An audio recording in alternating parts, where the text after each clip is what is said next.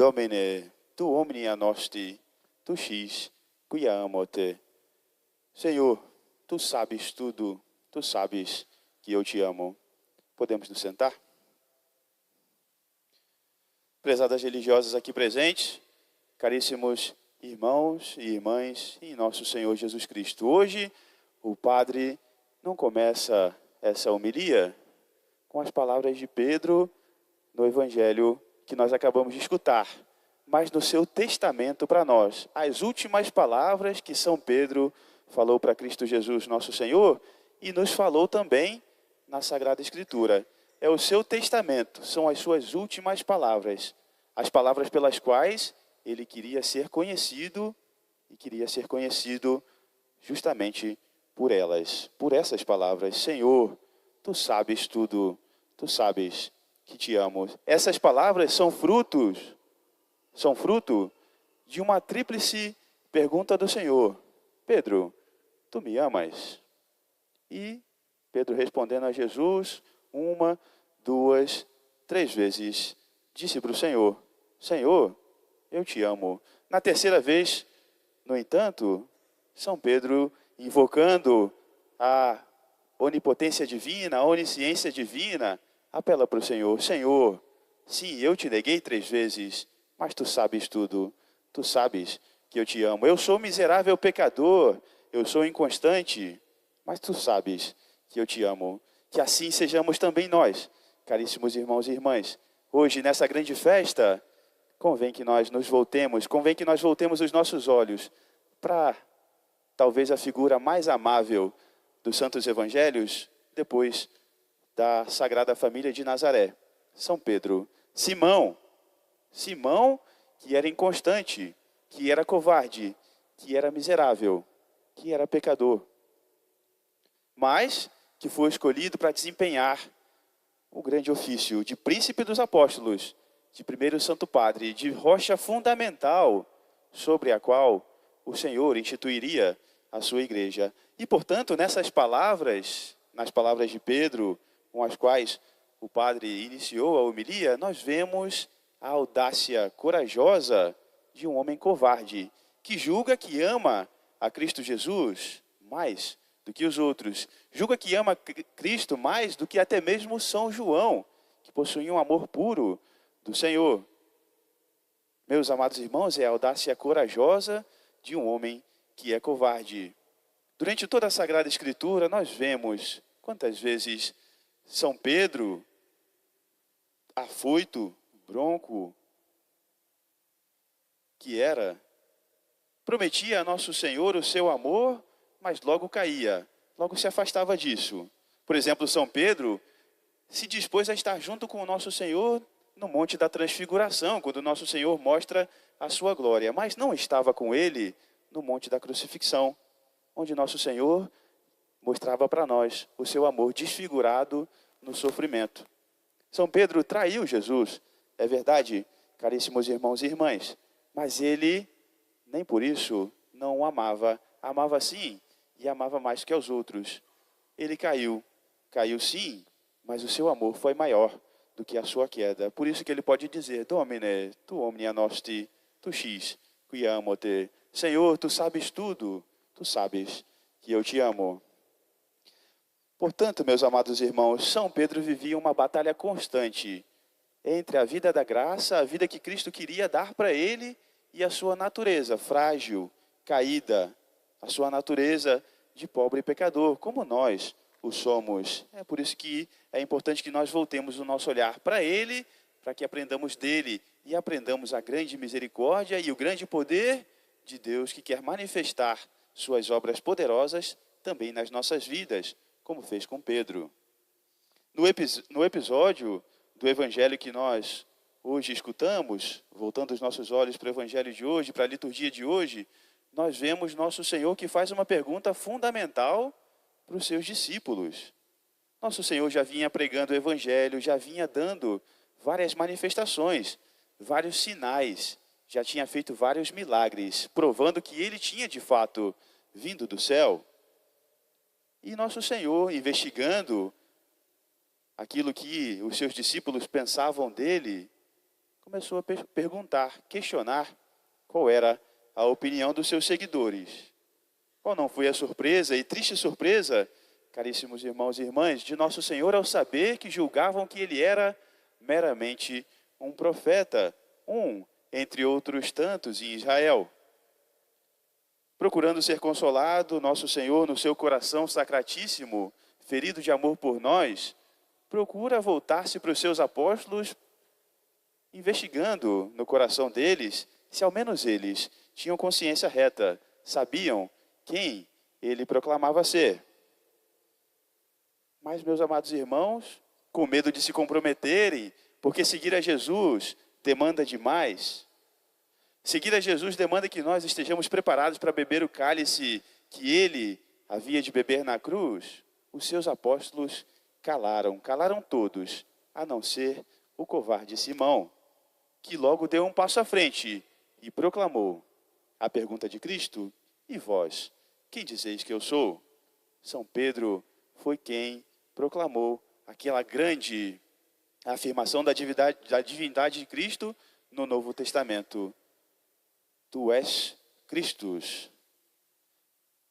Vós sois o Cristo, o Filho de Deus vivo, o Rei de Israel. Nós escutamos no Evangelho. Meus amados irmãos, ele foi o único a proclamar a divindade de Cristo no momento crucial, quando nosso Senhor afirmava ser ele mesmo o Filho de Deus que vinha a esse mundo dar a vida por nós e pedir de nós que nós estejamos preparados para beber o cálice que ele nos há de entregar, os nossos sofrimentos, que nós nos unamos com ele, que nós, para também fazermos menção a São Paulo, que nós também comemoramos hoje, para que nós unamos os nossos sofrimentos aos sofrimentos de Cristo e completemos na nossa carne aquilo que faltou aos sofrimentos dele. Porque, meus amados irmãos, que Pedro, sendo tão fraco, tenha sido escolhido para ser a rocha sobre a qual vinha a ser fundada a igreja. Logo depois dessa afirmação tão solene que mereceu de São Pedro receber as chaves do reino dos céus, como nós escutamos nesse santo evangelho, nosso Senhor chama Simão de Pedro.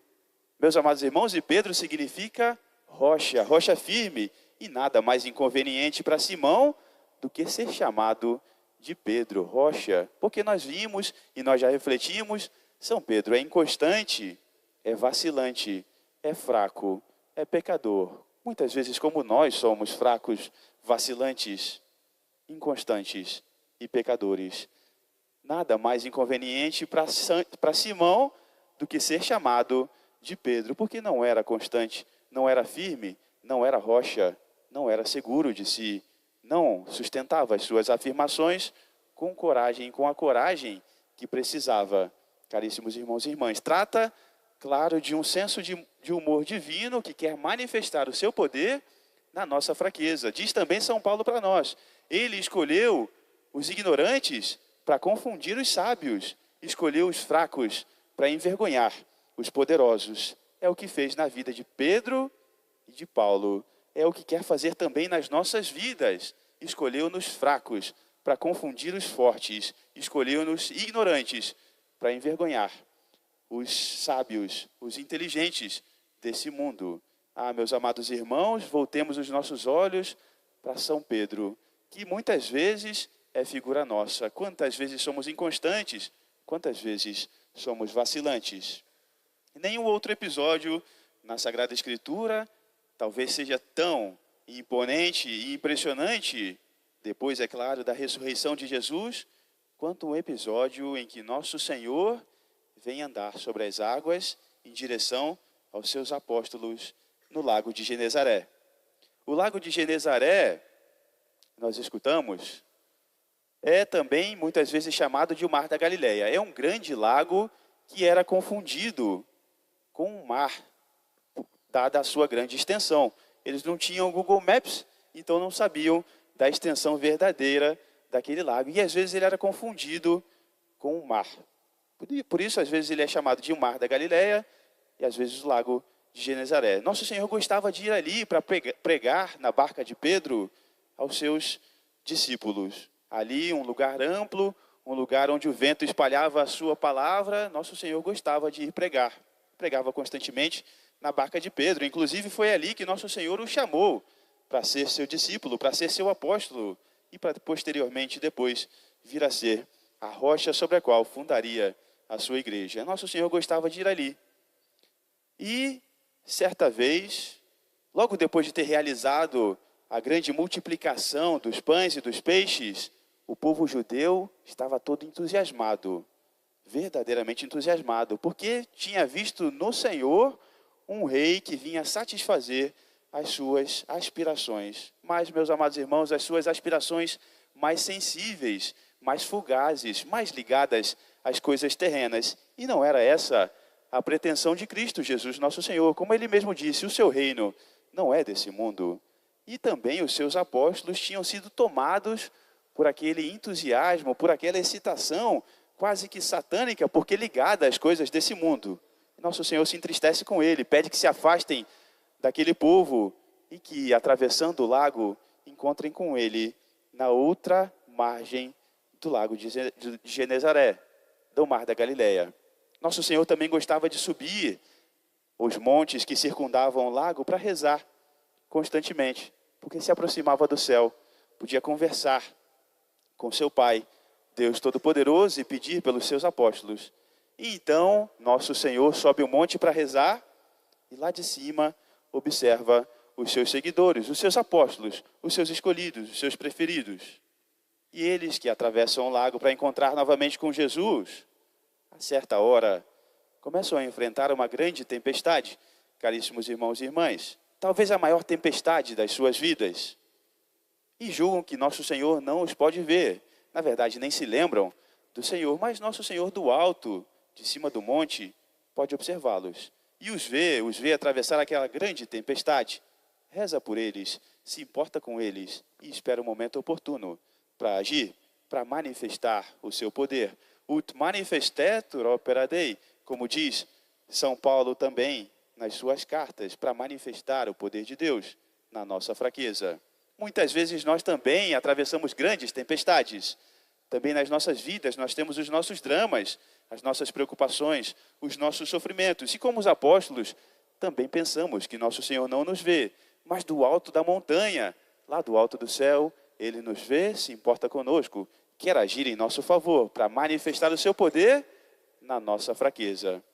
Meus amados irmãos, no auge da tempestade, os apóstolos não se lembram do Senhor.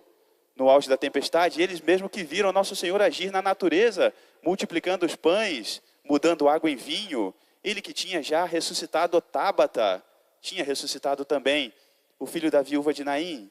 Os seus apóstolos não se lembram dele, não pensam nele, julgam que ele nem sequer se lembrava deles. Ah, meus amados irmãos, mas é então que no auge do vento contrário, nosso Senhor se manifesta e vem andando até eles, sobre as águas, manifestando o seu poder na fraqueza deles. E eles acreditam? Não, meus amados irmãos, julgam ser um fantasma, nem sequer pensaram que seria o Senhor que se preocupasse com eles. Também nós, no auge das nossas tempestades, nem sequer pensamos que Jesus se importa conosco. Na verdade, nós dizemos que Ele não se importa, que Ele não nos vê, que Ele não conhece o seu sofrimento. Mas quem pode olhar, por exemplo, para a cruz ou para a manjedoura de Belém e pensar que nosso Senhor não sabe o que nós passamos? Que Ele não passa, por exemplo, frio, fome, sede, que Ele não sabe o que é ser traído, que Ele não sabe o que é ser maltratado, esquecido, abandonado? Ah, meus amados irmãos, nosso Senhor conhece os nossos sofrimentos e Ele vem andando até nós, por sobre as águas, no meio das nossas tempestades também, para manifestar o seu poder nas nossas vidas. São Pedro, portanto, olhando, reconhece o Senhor. E para ter certeza, ele fala aquelas tão impressionantes palavras, ele profere aquelas tão impressionantes palavras que servem também para nós, de oração, nos momentos de nossas tribulações.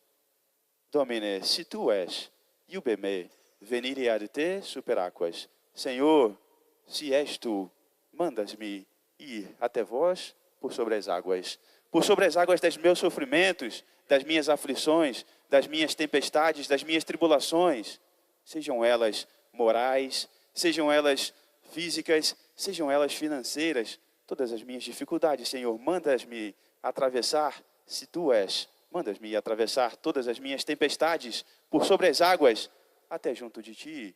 Dá-me, Senhor, viver contigo esse sofrimento, para entrar contigo na sua glória. Esse era São Pedro, aquele covarde que julgou que podia até mesmo andar sobre as águas. Mas por quê? Como pode, meus amados irmãos, que ele tenha pensado que podia andar sobre as águas? Nós sabemos, quem ama julga que pode fazer tudo e nem sequer é capaz de reflexão. Não pensa bem, age espontaneamente, por amor, porque ama muito. Quem ama acha que pode fazer tudo, meus amados irmãos e irmãs. É com esse amor que Pedro ama a Cristo, julgando que pode andar sobre as águas. Mas os senhores podem imaginar o que deve ter se passado naquela barca, quando Pedro faz a intenção de tirar os seus pés daquela nau que jazia para ele como um seguro porto, como um refúgio, e faz a intenção de colocá-los na água, caríssimos irmãos e irmãs. O que não deve ter se passado ali? Certamente o vento era contrário, mas também as vozes. Nós podemos imaginar Santo André, por exemplo, que era seu irmão, deve ter dito para ele, mais ou menos como meu irmão muitas vezes disse para mim: Pedro, para com isso. Você está sempre querendo se amostrar. Ou também talvez como Judas, invejoso, avaro que era. Pedro, conta para mim, quanto você está ganhando para fazer isso? O que você está ganhando para fazer isso? E São Tomé então? Essa eu só acredito vendo. Meus amados irmãos, o vento era contrário, as vozes também. Mas nosso Senhor disse para ele: vem. E ele andou sobre as águas. Assim também quer Deus nosso Senhor fazer conosco, fazer-nos atravessar tempestades, fazer-nos andar sobre as águas das nossas tribulações. Mas logo depois, nesse mesmo episódio tão impressionante, caríssimos irmãos e irmãs, São Pedro começa a submergir, começa a afundar, começa a se afogar. E por quê? Conta-nos também o mesmo evangelho, porque tirou os olhos do Senhor. O vento era contrário, o Senhor onipotente vinha em direção a ele, mas ele se apegou às suas fraquezas, à força da natureza, à força do mundo que atentava contra ele. Meus amados irmãos, e começou a afundar. Também nós, tantas vezes, nos afundamos nos nossos sofrimentos, sem considerar a onipotência divina, sem considerar o grande amor que Cristo Jesus tem por nós. Não, diz para nós o Senhor: não tenhas medo, homem de pouca fé, não tenhas medo. Por que duvidas? Nosso Senhor nas nossas vidas pergunta para nós: por que duvidais? Meus amados irmãos, mais que as nossas palavras para Jesus, mesmo nos nossos sofrimentos, mesmo nas nossas aflições, sejam as últimas palavras de Pedro para ele: Domine, tu omnia nosti, tu xis, qui amo te. Senhor, tu sabes tudo, tu sabes que eu te amo. Ele quer colocar um chão onde nós pusermos os pés. Basta que nós tenhamos fé, que nós o amemos a ponto de fazermos loucuras por esse amor, que nós apenas julguemos que Ele, divino providente, divino amor das nossas almas, quer fazer grandes coisas através de nós. Meus amados irmãos, e assim digamos em todas as nossas dificuldades: Senhor, tu sabes tudo, tu sabes que eu te amo. Louvado seja nosso Senhor Jesus Cristo. Para sempre seja louvado.